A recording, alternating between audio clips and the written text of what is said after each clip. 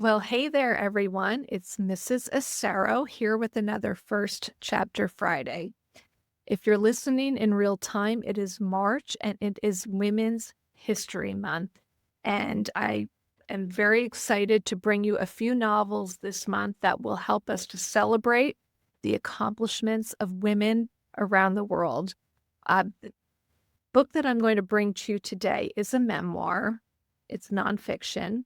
It is an incredibly important book. It is incredibly fascinating, and it is one that I am so proud and honored to be reading to you. And it is called I Am Malala: How One Girl Stood Up for Education and Changed the World. It's a memoir, and it's written by Malala Yousafzai with some help from Patricia McCormick. This is a young reader's edition. However, it's not like a really young book. It's perfect for middle school and high school. Malala is the winner of the Nobel Peace Prize. She is the youngest winner of this prize. And some people believe that the Nobel Peace Prize is the greatest honor any person can receive. When we think about history, we often think about hundreds of years ago, but this took place in 2012, and it is a very inspirational and a very important read. Let's listen to a little bit about it before we get started. I am Malala. This is my story. Malala Yousafzai was only 10 years old when the Taliban took control of her region. They said music was a crime. They said women weren't allowed to go to the market. They said girls couldn't go to school. Raised in a once peaceful area of Pakistan, transformed by terrorism, Malala was taught to stand up for what she believes. So she fought for her right to be educated. And on October 9th, 2012, she nearly lost her life for the cause.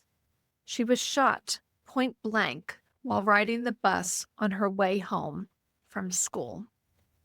No one expected her to survive. Now she is an international symbol of peaceful protest and the youngest ever Nobel Peace Prize winner. In this young reader's edition of her best-selling memoir, which includes exclusive photos and material, we hear firsthand the remarkable story of a girl who knew from a young age she wanted to change the world, and she did. Malala's powerful story will open your eyes to another world and will make you believe in hope, truth, miracles, and the possibility of one young person can inspire change in her community and beyond. I mean, I don't know about you, but that's enough to make me want to read this again. I've read this a couple of times. I think you're going to absolutely love this memoir. Before we get started, I want to make sure that you have your First Chapter Friday printout. It is free. I'll link it in the video description. And it's nice to print out a bunch of these so when you're hearing about different books, you can jot some notes for yourself. And when it's time for your next read, you'll have something to refer to. I just want to show you how the book starts out. It starts out with a map of the Middle East. Here's Pakistan, here's India, here's Afghanistan. And it takes place in this northern section of Pakistan, and it is called Swat. And these are some of the surrounding areas. Okay, here's China, and here's Iran, here's the Arabian Sea, but it does give you a little bit of a map to get you started. The book starts out with a prologue, and the prologue is a little bit lengthy. I'm not going to read the whole thing, but I am going to read you some excerpts from it. When I close my eyes, I can see my bedroom. The bed is unmade, my fluffy blanket in a heap, because I've rushed out for school late for an exam. My school schedule is open on my desk to page 9, dated 9 October 2012, and my school uniform, my white shalwar and my blue kameez, is on a peg on the wall, waiting for me. I can hear the neighborhood kids playing cricket in the alley behind our home. I can hear the hum of the bazaar not far away, and if I listen very closely, I can hear Safina, my friend next door, tapping on the wall we share so she can tell me a secret. I smell rice cooking as my mother works in the kitchen. I hear my little brothers fighting over the remote, the TV switching between WWE SmackDown and cartoons. Soon I'll hear my father's deep voice as he calls out my nickname, Shani, which is Persian for dear one. How was the school running today? He was asking how things were at the Kushal School for Girls, which he founded and I attended, but I always took the opportunity to answer the question literally. Ava, I joke, the school is walking, not running. This is my way of telling him I thought things could be better.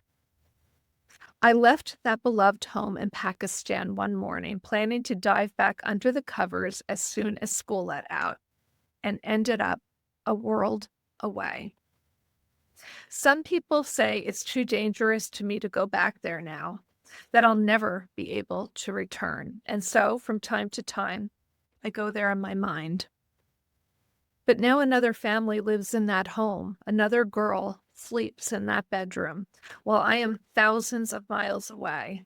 I don't care much about the other things in my room, but I do worry about the school trophies on my bookcase. I even dream about them sometimes. But to me, they are reminders of the life I loved and the girl I was before I left home that fateful day. When I open my eyes, I am in my new bedroom.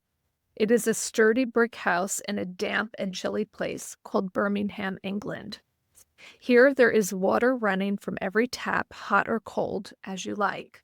No need to carry cans of gas from the market to heat your water. Here there are large rooms with shiny wood floors filled with large furniture and a large, large TV. There is hardly a sound in this calm, leafy suburb. No children laughing and yelling, no women downstairs chopping vegetables and gossiping with my mother, no men smoking cigarettes and debating politics. Sometimes, though, even with these thick walls between us, I can hear someone in my family crying for home. But then my father will burst through the front door, his voice booming, Johnny, and he'll say, "How was school today?" Now, there's no play on words. He's not asking about the school he runs and I attend, but there's a note of worry in his voice as if he fears I won't be there to reply, because it was not so long ago that I was nearly killed, simply because I was speaking out about my right to go to school. Okay, the prologue does go on for a little bit, but I do really want to get into chapter 1, which is part 1 before the Taliban. And you're going to hear about what the Taliban is, but I wanted to give you a very brief explanation. It's a militant group that emerged in Afghanistan in the 1990s, and they enforce very harsh rules, especially on women's rights and education, and very limited freedom of expression, and some countries consider them a terrorist organization. You're going to hear more about it as we go along. Chapter 1 is called Free as a Bird. I am Malala, a girl like any other, although I do have my special talents. I am double-jointed, and I can crack the knuckles on my fingers and my toes at will. And I enjoy watching people squirm as I do it. I can beat someone twice my age at arm wrestling. I like cupcakes, but not candy. And I don't think dark chocolate should be called chocolate at all. I hate eggplant and green peppers, but I love pizza. I think Bella from Twilight is too fickle, and I don't understand why she would choose that boring Edward. As my girlfriends in Pakistan and I say, he doesn't give her any lift. Now, I don't care too much for makeup and jewelry, and I'm not a girly girl, but my favorite color is pink. And I do admit I used to spend a lot of time in front of the mirror playing with my hair. And when I was younger, I tried to lighten my skin with honey, rosewater, and buffalo milk.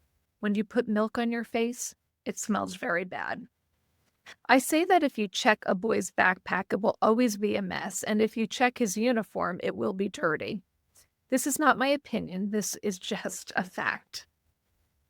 I am a Pashtun, a member of a proud tribe of people spread across Afghanistan and Pakistan.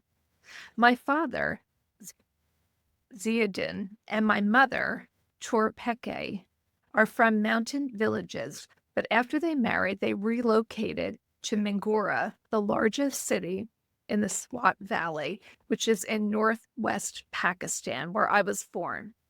Swat was known for its beauty, and tourists came from all over to see its tall mountains, lush green hills, and crystal clear rivers. I'm named for the great young Pashtun heroine Malala, who inspired her countrymen with her courage. But I don't believe in fighting, even though my 14-year-old brother, Kushal, annoys me to no end. I don't fight with him. Rather, he fights with me. And I agree with Newton. For every action, there is an equal and opposite reaction. So I guess you could say that when Kushal fights with me, I oblige. We argue over the TV remote, over chores, over who's the better student, over who ate the last of the cheesy Wotsits, over whatever you can think of. My 10-year-old brother, Atal, annoys me less. And he is quite good at chasing down the cricket ball when we kick it out of bounds. But he does make up his own rules sometimes. When I was younger and these brothers started coming along, I had a little talk with God. God, I said, you did not check with me before sending these two. You didn't ask how I felt. They are quite inconvenient sometimes, I told God. When I want to study, they make a terrible racket. And when I brush my teeth in the morning, they bang on the bathroom door. But I have made my peace with these brothers, at least with a pair of them. We can play a cricket match.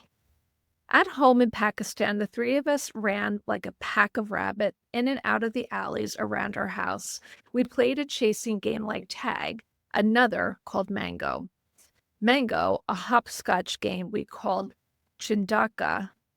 I'm sorry if I'm not pronouncing that right, meaning frog, and thief and police. Sometimes we rang the bell at someone else's house, then ran away and hid. Our favorite, though, was cricket. We played cricket day and night in the alley by our house up on the roof, which was flat. If we couldn't afford a proper cricket ball, we made one out of an old sock stuffed with rubbish, and we drew wickets on the wall in the chalk. Because Atal was the youngest, he would be sent to fetch the ball when it sailed off the roof. Sometimes he grabbed the neighbor's ball while he was at it. He'd return with a cheeky grin and a shrug. What's wrong, he'd say. They took our ball yesterday.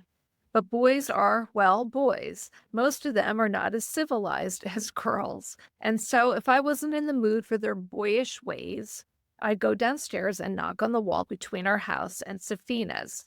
2 taps, that was our code. She'd tap in reply. I'd slip aside a brick, opening a hole between our houses, and we'd whisper back and forth. Sometimes we'd go over to one house or the other where we'd watch our favorite TV show, Shakalaka Boom Boom, about a boy with a magic pencil. Or we'd work on the little shoebox dolls we were making out of matchsticks and bits of fabric. Safina was my playmate from the time I was about 8. She's a couple of years younger than me, but we were very close. We sometimes copied each other, but one time I thought she had gone too far when my favorite possession, my only toy, a pink plastic cell phone my father had given me, went missing. That afternoon, when I went to play with Safina, she had an identical phone. She said it was hers. She said she bought it at the bazaar. Well, I didn't believe her, and I was too angry to think straight. So when she wasn't looking, I took a pair of her earrings. The next day, a necklace. I didn't even like them, but I couldn't stop myself. A few days later, I came home to find my mother so upset she wouldn't look at me. She had found the stolen trinkets in my small cupboard and had returned them. Safina stole from me first, I cried, but my mother was unmoved. You are older, Malala. You should set a good example. I went to my room, drenched in shame. But it was the long wait for my father to come home that was worse. He was my hero, brave and principled, and I was his Johnny. He would be so disappointed in me. But he didn't raise his voice or scold me. He knew I was being so hard on myself already that he had no need to reprimand me. Instead, he consoled me by telling me about the mistakes great heroes had made when they were children. Heroes like Mahatma Gandhi, the greatest pacifist, and Muhammad Allah Jinnah, the founder of Pakistan. He relayed a saying from a story his father used to tell him: a child is a child when he's a child, even if he's a prophet. I thought of our Pashtunwali code, which governs how we Pashtuns live. One part of that code is badal, a tradition of revenge, where one insult must be answered by another, one death by another, and on it goes. I had my taste of exacting revenge, and it was bitter. I vowed then that I would never partake in badal. I apologized to Safina and her parents. I hoped Safina would apologize too and return my phone. But she didn't say a thing, and as difficult as it was to keep my new vow, I didn't mention my suspicion concerning the whereabouts of my phone. Safina and I quickly got back to being friends, and we and all the neighborhood children were back at our running and chasing games. At that time, we lived in a part of town far from the city center. Behind our house was a grassy lot scattered with mysterious ruins, statues of lions, broken columns of an old stupa, and hundreds of enormous stones that looked like giant umbrellas, where in the summer we played parpantuni, a game of hide and seek. In the winter, we made snowmen until our mothers called us in for a cup of hot, milky tea and cardamom. For as long as I can remember, our house had been full of people, neighbors, relatives, and friends of my father's, and a never-ending stream of cousins, male and female. They came from the mountains where my parents grew up, or they came from the next town over. Even when we moved from our tiny first house and I got my own bedroom, it was rarely my own. There always seemed to be a cousin sleeping on the floor. That's because the most important part of the Pashtunwali code is hospitality. And as a Pashtun, you always open your door to a visitor. My mother and the women would gather on our veranda at the back of the house and cook and laugh and talk about new clothes, jewelry, and other ladies in the neighborhood, while my father and the men would sit in the men's guest room and drink tea and talk politics. I would often wander away from the children's games, tiptoe through the women's quarters, and join the men. That, it seemed to me, was where something exciting and important was happening. I didn't know what it was exactly, and I certainly didn't understand politics, but I felt a pull to the weighty world of men. I would sit at my father's feet and drink in the conversation. I loved to hear the men debate politics, but mostly I loved sitting among them, hypnotized by this talk of the big world beyond our valley. Eventually, I'd leave the room and linger a while among the women. The sights and sounds in their world were different. There were gentle, confiding whispers, tinkling laughter sometimes, raucous, uproarious laughter sometimes, but most stunning of all, the women's headscarves and veils were gone. Their long, dark hair and pretty faces made up of lipstick and henna were lovely to see. I had seen these women nearly every day of my life observing the code of purdah, where they cover themselves in public. Some, like my mother, simply draped scarves over their faces. This is called a niqab. But others wore burqas, long, flowing black robes that cover the head and face so people could not even see their eyes. Some went so far as to wear black gloves and socks so that not a bit of skin was showing. I'd seen the wives be required to walk a few paces behind their husbands. I'd seen the women be forced to lower their gaze when they encountered a man. And I'd seen the older girls who'd been our playmates disappear behind veils as soon as they became teenagers. But to see these women chatting casually, their faces radiant with freedom, was to see a whole new world. I was never much of a hand around the kitchen. I'll admit that I tried to get out of chopping vegetables or cleaning dishes whenever I could, so I didn't linger there long. But as I ran off, I'd always wonder how it felt to live in hiding. Living under wraps seemed so unfair and uncomfortable. From an early age, I told my parents that no matter what other girls did, I would never cover my face like that. My face was my identity. My mother, who is quite devout and traditional, was shocked. Our relatives thought I was very bold. Some said rude. But my father said I could do as I wished. Malala will live as free as a bird, he told everyone. So I would run to rejoin the children, especially when it was time for the kite flying contest, where the boys would skillfully try to cut their competitors' kite strings.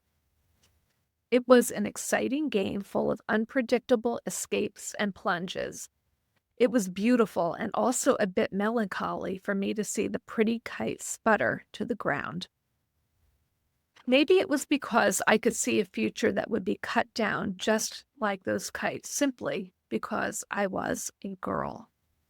Despite what my father said, I knew that as Safina and I got older, we would be expected to cook and clean for our brothers. We could become doctors because female doctors were needed to care for female patients. But we couldn't be lawyers or engineers, fashion designers or artists or anything else we dreamed of. And we wouldn't be allowed to go outside our homes without a male relative to accompany us. As I watched my brothers run up to the roof to launch their kites, I wondered how free I could ever really be. But I knew even then that I was the apple of my father's eye, a rare thing for a Pakistani girl. When a boy is born in Pakistan, it's cause for celebration. Guns are fired in the air, gifts are placed in the baby's cot, and the boy's name is inscribed on a family tree. But when a girl is born, no one visits the parents, and women have only sympathy for the mother. My father paid no mind to these customs. I've seen my name in bright blue ink right there among the male names of our family tree. Mine was the first female name in 300 years. Throughout my childhood, he sang me a song about my famous Pashtun namesake. O Malala of my wand, he'd sing. Rise once more to make Pashtuns understand the song of honor. Your poetic words turn worlds around. I beg you, rise again. When I was younger, I didn't understand what any of this meant. But as I grew up, I understood that Malala was a hero and a role model, and I wanted to learn something from her.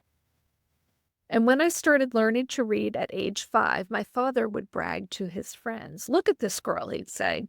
She is destined for the skies. I pretended to be embarrassed, but my father's words of praise have always been the most precious thing in the world to me. I was far luckier than most girls in one way. In one other way, too. My father ran a school.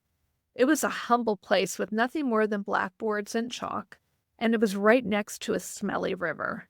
But to me, it was a paradise. My parents tell me that even before I could talk, I would toddle into the empty classrooms and lecture. I delivered lessons in my own baby talk. Sometimes I get to sit in on the classes with the older children, in awe as I listened to everything they were being taught. As I grew, I longed to wear the uniforms I saw the big girls wearing when they arrived each day. Shalwar kameez, a long deep blue tunic, and loose white pants, and a white headscarf. My father started the school 3 years before I was born, and he was teacher, accountant, and principal, as well as janitor, handyman, and chief mechanic. He climbed up the ladder to change the light bulbs and down the well when the pump broke. When I saw him disappear down that well, I wept, thinking he would never come back. Although I didn't understand it at the time, I now know there was never enough money. After paying the rent and salaries, there was not much left for food, so we often had little for dinner. But the school had been my father's dream, and we were all happy to be living it. When it was finally time for me to go to classes, I was so excited I could hardly contain myself. You could say I grew up in a school. The school was my world, and my world was the school. And that is the end of chapter 1 of I Am Malala.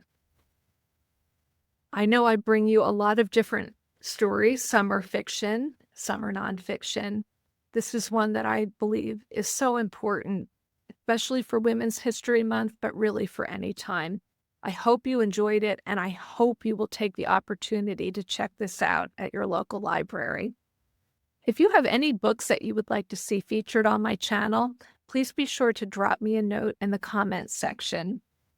I would love it if you would subscribe to my channel so that you can follow along and see all of the exciting novels that I'm going to bring to you. Until then, I'll see you next Friday, and happy reading.